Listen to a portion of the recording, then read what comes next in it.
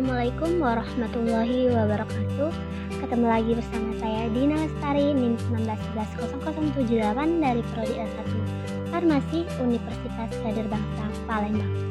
Nah teman-teman, di video kali ini saya akan menjelaskan mengenai oral stabilitas obat. Ini adalah lanjutan dari video sebelumnya. Yang video sebelumnya saya sudah menjelaskan mengenai oral suspensi. Nah, oral stabilitas obat itu tentang bagaimana penyimpanan obat, bagaimana periodenya secara kimia. Apa sih itu stabilitas obat? Jadi stabilitas obat adalah deretan degradasi suatu obat dipandang dari segi kimia. Stabilitas obat dapat diketahui dari ada tidaknya penurunan kadar selama penyimpanan.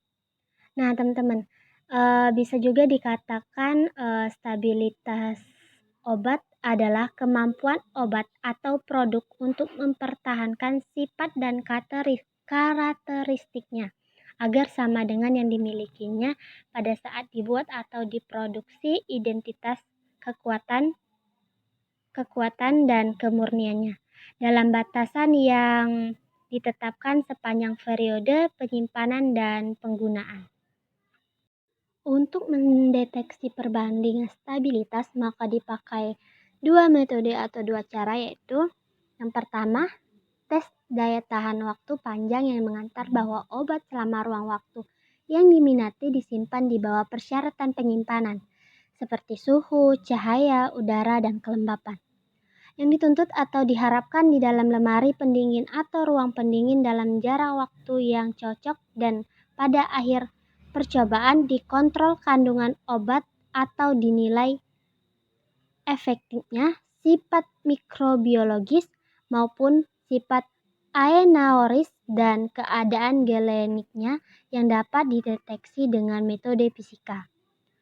Yang kedua, tes daya tahan dipercepat dilakukan di bawah pembebanan panas. Dengan ini digunakan membuat peraturan kinetik reaksi. Lagi pula, penguraian pada suhu yang lebih tinggi daripada suhu ruangan dan kemudian diekstrapolisikan pada suhu penyimpanan. Stabilitas farmasi itu harus diketahui untuk memastikan bahwa pasien menerima dosis obat yang diresepkan dan bukan hasil ditemukan degradasi efek terapi aktif.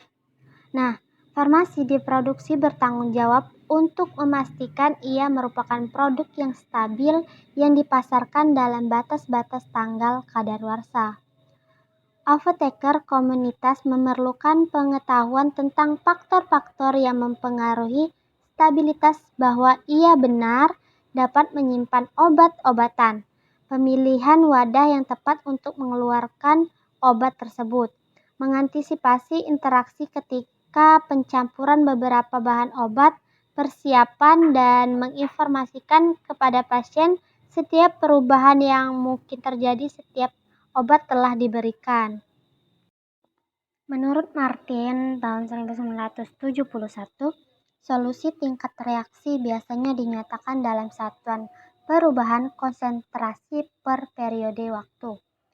Misalnya, mol per liter per jam, dan lajunya reaksi kimia yang terjadi dalam larutan biasanya sebanding dengan konsentrasi spesies reaksi. Hal-hal yang penting diperhatikan dalam penentuan kestabilan suatu zat dengan cara kinetik kimia adalah 1. Kecepatan reaksi, 2. Faktor-faktor yang mempengaruhi kecepatan reaksi, 3. Tingkat reaksi dan cara penentuannya.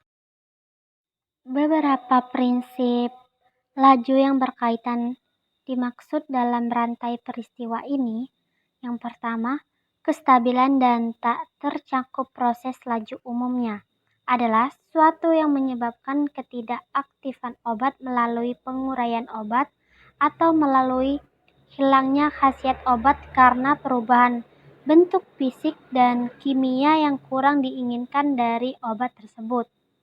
2. Disolusi. Di sini yang diperhatikan terutama kecepatan perubahan obat dalam bentuk sediaan padat menjadi bentuk larutan molekular. Yang ketiga, proses absorpsi, distribusi, dan eliminasi. Beberapa proses berkaitan dengan laju absorpsi obat ke dalam tubuh, laju distribusi obat dalam tubuh, dan laju pengeluaran obat setelah proses distribusi dengan sebagai faktor seperti metabolisme, penyimpanan, dan dalam organ tubuh lemak, dan melaju jalur-jalur pelepasan. 4. Kerja obat pada tingkat molekular. Obat dapat dibuat dalam bentuk yang tepat dengan menganggap timbalnya respon dari obat merupakan suatu proses laju.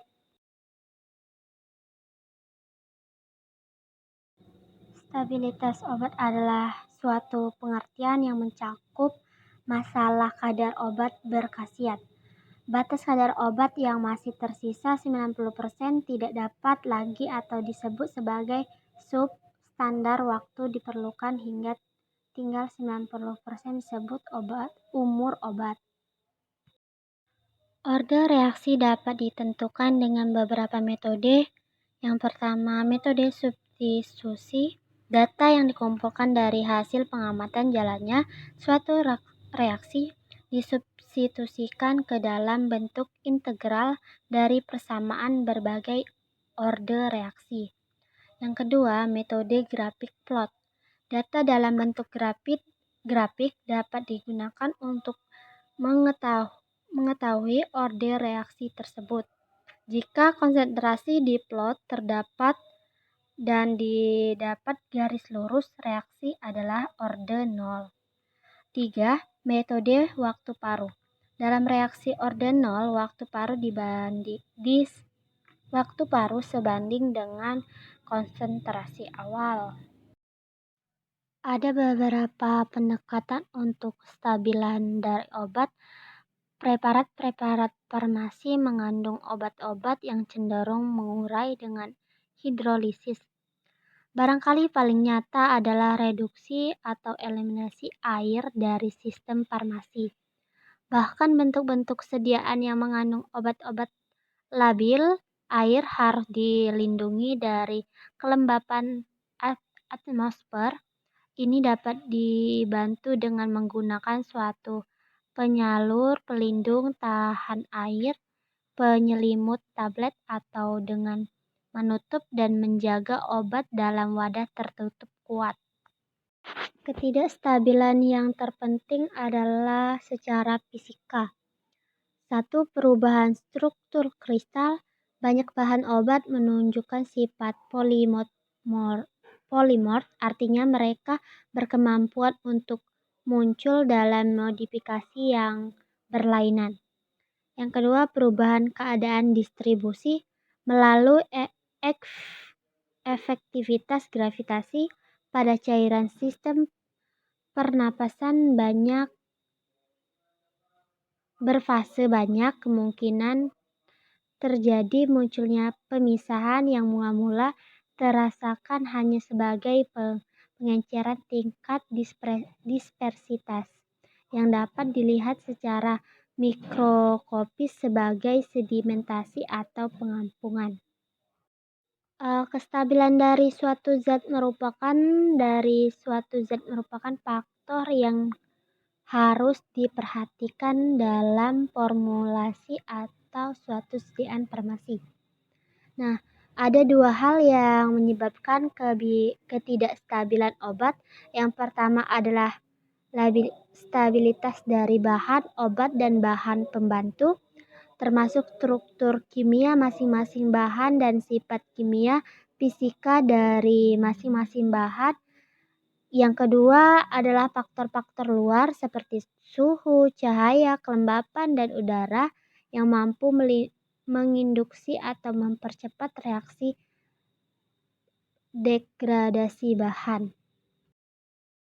Dahulu, untuk mengevaluasi kestabilan suatu sediaan farmasi dilakukan dengan cara pengamatan pada kondisi di mana obat tersebut disimpan misalnya pada temperatur kamar. Ternyata metode ini memerlukan waktu yang lama dan tidak ekonomis. Sekarang waktu mempercepat analisis dilakukan, tes stabilitas dipercepat yaitu dengan mengamati perubahan konsentrasi pada suhu tinggi. Contohnya pada air suling, nama resmi aqua destillata, nama lain air suling. Pemberian cairan jernih, tidak berwarna, tidak berbau, tidak mempunyai rasa. Penyimpanan dalam wadah tertutup baik, kegunaan sebagai pelarut. Yang selanjutnya amoksilin, indikasi infeksi saluran kemih, infeksi saluran kemih, otis media, sinusitis kronis, salmonellosis, Gonorrhea, profilaksi endokardit dan terapi tambahan pada meningitis listeria. Nah, cara kerja obat amoksilin adalah senyawa misitetik dengan aktivitas antibakteri spektrum luas yang bersifat bakterisid, efektif terhadap sebagian besar bakteri gram positif dan beberapa gram negatif yang patogen. Nah, bisa dilihat dan bisa dibaca sendiri ya, teman-teman.